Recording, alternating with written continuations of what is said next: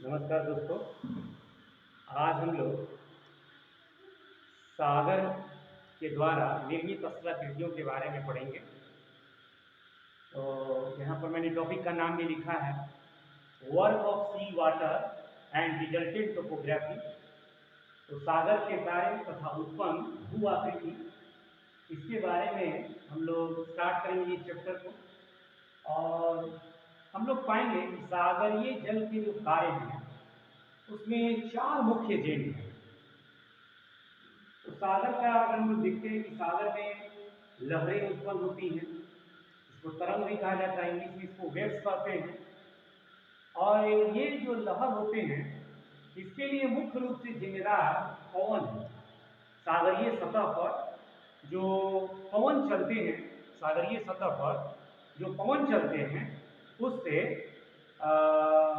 उससे सागरीय सतह पर लहर उत्पन्न होते हैं, वेव्स उत्पन्न होते हैं। तो उससे हम लोग देखेंगे कि स्थलाकृतियों का निर्माण होता है और हम लोग आगे देखेंगे। इसी प्रकार से धारा क्यों उत्पन्न होता है, ये भी थोड़ा सा जान। धारा क्या होता है, सागरीय धारा क्या है? तो सागरीय धारा को करंट कहते हैं इंग्लिश में। और इसके लिए जो मुख्य जिम्मेदार एजेंट है वो वायु दाब, एयर प्रेशर। अगर दो स्थानों के टेम्परेचर में वेरिएशन रहता है, दो स्थानों के जैसे एक स्थान पर ज़्यादा गर्मी पड़े तो ज़्यादा गर्मी पड़ने से वहाँ की हवाएं गर्म होकर ऊपर चली जाती हैं और स्थान पर निम्न वायु दाब बन जाता है। और सागरीय के दूसरे क्षेत्रों में अगर मान लीजिए जहाँ पर उच्च दाब हो, जहाँ पर थोड़ा सा कम तापमान है तो वहाँ उच्च दाब हो जाता है। तो हमेशा देखेंगे उच्च दाब से निम्न दाब की ओर सागरीय धाराएं चलती हैं। तो सागरीय धारा भी महत्वपूर्ण रोल उत्पन्न करती है सागर के द्वारा निर्मित स्थलाकृतियों में। इसी प्रकार से ज्वारीय तरंग, ज्वारीय तरंग को इंग्लिश में हम लोग टाइडल वेव्स कहते हैं। हम लोग जानते हैं कि सन और मून के ग्रेविटेशनल फोर्स के कारण सागरीय जल के जो सतह होते हैं वह उनमें टाइड्स उत्पन्न होता है, उनके द्वारा टाइड्स उत्पन्न होता है। फिर सुनामीस है। सुनामीस क्या होता है, जैसे सी एरियाज में अर्थक्वेक्स आ जाए, सी बेड्स पर अर्थक्वेक्स आ जाता है, तो उस बेड्स के पर अर्थक्वेक आने से जो वहाँ का वाटर है वो ऊपर चला जाता है, स्पाउट कर जाता है, उछल जाता है, जम कर जाता है, जिससे सुनामी लहरें उत्पन्न हो जाती हैं। तो इस प्रकार से चार जो मुख्य एजेंट है यही सागरीय जल के ये मुख्य एजेंट है जो कि तटीय क्षेत्र में भू आकृति का निर्माण करते हैं। तो इसमें अब हम लोग एक वन बाई वन आते हैं। लहर से क्या होता है देखेंगे। लहर हम लोग जान गए कि पवनों के द्वारा ये उत्पन्न होते हैं। सागरीय सतह का जो जल है वह पवनों के प्रभाव से जब प्रवाहित होता है तो इसको हम लोग लहर कहते हैं। लहर आप देखेंगे ट्रफ और क्रेस्ट के रूप में उत्पन्न होते हैं। ट्रफ और क्रेस्ट हम लोग जानते हैं इस प्रकार से। तो इसमें आप देखेंगे ये क्रेस्ट हो गया, ये ट्रफ हो गया। तो ट्रफ और क्रेस्ट के रूप में सागरीय लहर प्रवाहित होती है सतह पर। इसके साथ अगर एक प्रयोग किया गया है, प्रयोगशाला में इसके लिए प्रयोग किया गया है, और 1500 किलोमीटर की दूरी तक अगर सागरीय लहरें सतह पर प्रवाहित हो रही हो जिसका स्पीड जो है 105 किलोमीटर पर आवर हो और वो 50 घंटा तक प्रवाहित हो, तो आप देखेंगे 20 किलोमीटर की ऊंचाई तक सागरीय लहरों में क्रेस्ट और ट्रफ बनता है। यानी लहरें केवल सागर के ऊपरी भाग में नहीं चलता बल्कि गहराई उसके साथ लिया हुआ होता है। तो इस प्रकार से सागर के सतह पर लहरें क्रेस्ट और ट्रफ के रूप में प्रवाहित होती हैं। तो ये हम लोग जान गए। जो सागरीय सतह पर लहरें प्रवाहित होती हैं जिसके साथ गहराई भी है, सागरीय सतह पर जो लहरें प्रवाहित होती हैं उसी को हम लोग क्या कहते हैं, फेज कहते हैं। यहाँ फेज लिखा हुआ है। इसे फेज कहा जाता है। जब ये सागरीय लहरें तटीय भाग की ओर आती हैं, तब इनकी गहराई, जलीय भाग का जो गहराई होता है वो कम हो जाता है। जलीय भाग के गहराई होने से जो सागर का अंदर, सागर यानी जल के अंदर जो सतह है वो उसको रुकावट उत्पन्न करते हैं। सागरीय लहर पर रुकावट उत्पन्न होने के कारण उनका जो लंबाई होता है वो टूटता है, जिससे ऊंचाई के रूप में वो ज़्यादा ऊपर हो जाता है। और जो ऊंचाई टूटा, यानी यहाँ पर जब तट की ओर आता है, जहाँ पर वो टूट गया, उसी को हम लोग सर्व ब्रेकर और श्वास कह देते हैं। सर्व ब्रेकर और श्वास हो गया। तो जहाँ पर सागरीय लहर टूट गई, वहाँ ब्रेक कर गई, इसी इसी से हम लोग को क्या मिल गया, ब्रेकर मिल गया। क्यों ये ब्रेक करता है? क्योंकि वहाँ पर गहराई कम हो गई। सागरीय लहर की जो गहराई कम हो जाने से वो सतह के साथ रगड़ कर गई, तो उसका जो लंबाई था वो टूट गया और ऊंचाई बढ़ गई। तो ये सर्व ब्रेकर है। यहाँ से हम लोग, अच्छा, अगर पूरे आप कोस्टल एरियाज को कवर अप कर ले, हर जगह का जितना एरिया में दिख रहा है, अगर उसको इमेजिनरी लाइन से मिला दें सारे जहाँ पर ब्रेकर हो रहे हैं, जैसे कि आप मान लीजिए एक रेखा हम लोग बना लें, यहाँ पर ये धारा यहाँ पर टूट गई, यहाँ टूट गई, यहाँ टूट गई, जहाँ पर ये लहरें टूट गई हैं, ब्रेक कर गई हैं, इसको काल्पनिक रेखा से हम लोग अगर मिला दें तो यही क्या हो गया, प्लम लाइन हो गया। इसी को प्लम लाइन हम लोग कहते हैं, प्लम लाइन। हिंदी में इसी का नाम क्या हो गया, ऑर्थोगोनल रेखा। यानी जिस स्थान पर सागरीय तट के समानांतर सर्फ यानी लहरें टूटती हैं, जिसको हम लोग सर्फ कहते हैं, उसको अगर हम लोग एक काल्पनिक रेखा से मिला दें तो वो प्लम लाइन बन जाता है। इसी प्रकार से सागरीय लहरें तट से टकराकर नीचे जो बहती हैं, यानी जल सतह के नीचे जो प्रवाहित होती हैं लहरें, उसको अंडरटो या आधा प्रवाह कहते हैं। तो ये चार लहरों के रूप में आप देखिए, यहाँ 4 पॉइंट है जो सागर के अपर्दन में सक्रिय योगदान करती है। सागर के द्वारा, यानी सागर के जल के द्वारा तटीय क्षेत्र में अपर्दन के ये 4 महत्वपूर्ण पॉइंट्स हैं, इनको हम लोग याद रखेंगे। इसी प्रकार से धारा के रूप में देखें तो धारा तो हम लोग को पता चल गया है कि मुख्य उसमें धारा की उत्पत्ति के लिए वायुदाब जिम्मेदार है। धारा में यहाँ पर 2 धारा बड़ा इंपॉर्टेंट है। एक है वेलांचली धारा, जिसको हम लोग लॉन्ग फ्लो या लिटरल करंट कहते हैं। दूसरे का नाम है तरंगिका, जिसका नाम है रीफ करंट। ये क्या होता है? वेलांचली धारा क्या उत्पत्ति के 2 पॉइंट।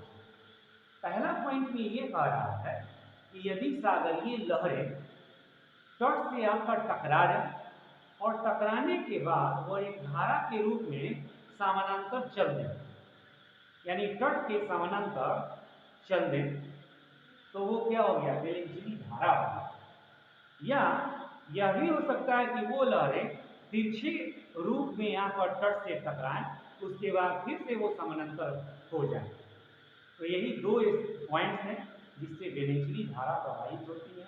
इसका मतलब है कि वेलांचली धारा वह धारा है जो तट के समानांतर प्रवाहित होती है। इसीलिए इसका क्या नाम है, इसीलिए इसका नाम देख रहे हैं लॉन्ग शोर है या लिटरल करंट है। तो ये हम लोग देख पा रहे हैं लॉन्ग शोर या लिटरल करंट को, तट के समानांतर बहने वाली ये धारा है। इसी प्रकार से जब तट से टकराकर सतह के ऊपर जो जल वापस आता है, उसको हम लोग रीफ करंट या तरंगिका कहते हैं। तो ये वेलांचली धारा और तरंगिका का मुख्य रोल आप निक्षेपण के क्रियाओं में देखेंगे। निक्षेपण की क्रिया में इनका ज्यादा योगदान। तो निक्षेपण में आपको डिपोजिशन में, सागर के द्वारा जो डिपोजिशन होता है, उसमें हम इन दोनों का ज्यादा रोल देखेंगे। इसके अतिरिक्त आप देखें, अगला पॉइंट पर आते हैं हम लोग, टाइड वेव्स और सुनामीज। जैसा कि हम लोग जान गए हैं कि सूर्य और चंद्रमा के आकर्षण शक्ति के कारण सागरीय जल में जो उत्थान और पतन होता है उसी को हम लोग क्या कहते हैं, ट्रफ टाइड्स कहते हैं। और ये टाइड्स अपरदन और निक्षेपण में योगदान है। इसी प्रकार से सुनामीस यानी सागर के भूकंप, सागरीय क्षेत्र में भूकंप आने से जो सागर का जल काफी ऊंचाई उड़ जाता है सडनली, वो भी तटीय क्षेत्र में अपरदन का काम ज़्यादा करता है। तो इस तरह से हम लोग ये पॉइंट्स ध्यान दें। अब हम लोग नेक्स्ट पॉइंट पर बात करेंगे, तट तथा किनारा क्या है। तट को इंग्लिश में कोस्ट कहते हैं, जबकि किनारा का स्पेलिंग शोर है, SHORE। तो तट देखिए क्या होता है, तट स्थल से लगा हुआ है, यानी जहाँ पर हम लोग का कॉन्टिनेंटल एरिया होता है, महाद्वीपीय क्षेत्र होता है, वहाँ से जो स्थल भाग लगा हुआ है उसी को तट कहते हैं। और तट के आगे किनारा होता है, जिसके लिए हम लोग शोर का यूज करते हैं। तो किनारा क्या होता है, किनारा आपको देखेंगे तट के आगे होता है। किनारा में भी चित्र में देखिएगा, यहाँ 3 किनारा लिखा गया है, पृष्ठ किनारा, अग्रिम किनारा और सुदूर किनारा। किनारा वह क्षेत्र होता है जहाँ पर जो उच्च ज्वार क्षेत्र या निम्न ज्वार क्षेत्र, निम्न ज्वार के मध्य का क्षेत्र होता है। यानी तट के आगे किनारा मिलता है, तट के आगे समुद्र के तरफ किनारा मिलता है, जो उच्च ज्वार और निम्न ज्वार के मध्य पाया जाता है। किनारा भी 3 प्रकार का होता है, बैक शोर जिसको हम लोग पृष्ठ किनारा कहते हैं, जो कि तट से लगा होता है, फोर शोर जिसे अग्रिम किनारा कहते हैं, और सुदूर किनारा का अंग्रेजी है ऑफ शोर, इंग्लिश में ऑफ शोर है। तो आप देखेंगे बैक शोर पर तभी जल पहुंचता है जब उच्च ज्वार आता है, यानी यहाँ हर वक्त जल नहीं, सागर का जल हर वक्त यहाँ नहीं पहुंचता। जब उच्च ज्वार आता है तभी वहां पर जल पहुंचता है। वहीं फोर शोर पर जल हमेशा रहता है, जबकि सुदूर किनारा ये महाद्वीपीय मग्न ढल का भाग है, और महाद्वीपीय मग्न ढाल है तो वहां पर सदैव जल रहेगा। तो इस प्रकार से अग्रिम किनारा पर जल रहता है, बैक शोर पर तभी जल पहुंचता है जब उच्च ज्वार आते हैं, जबकि सुदूर किनारा यानी ऑफ शोर महाद्वीपीय मग्न ढाल का क्षेत्र होता है जहाँ पर हमेशा जल रहता है। तो ये तट और किनारा का हम लोग अंतर समझ पाए।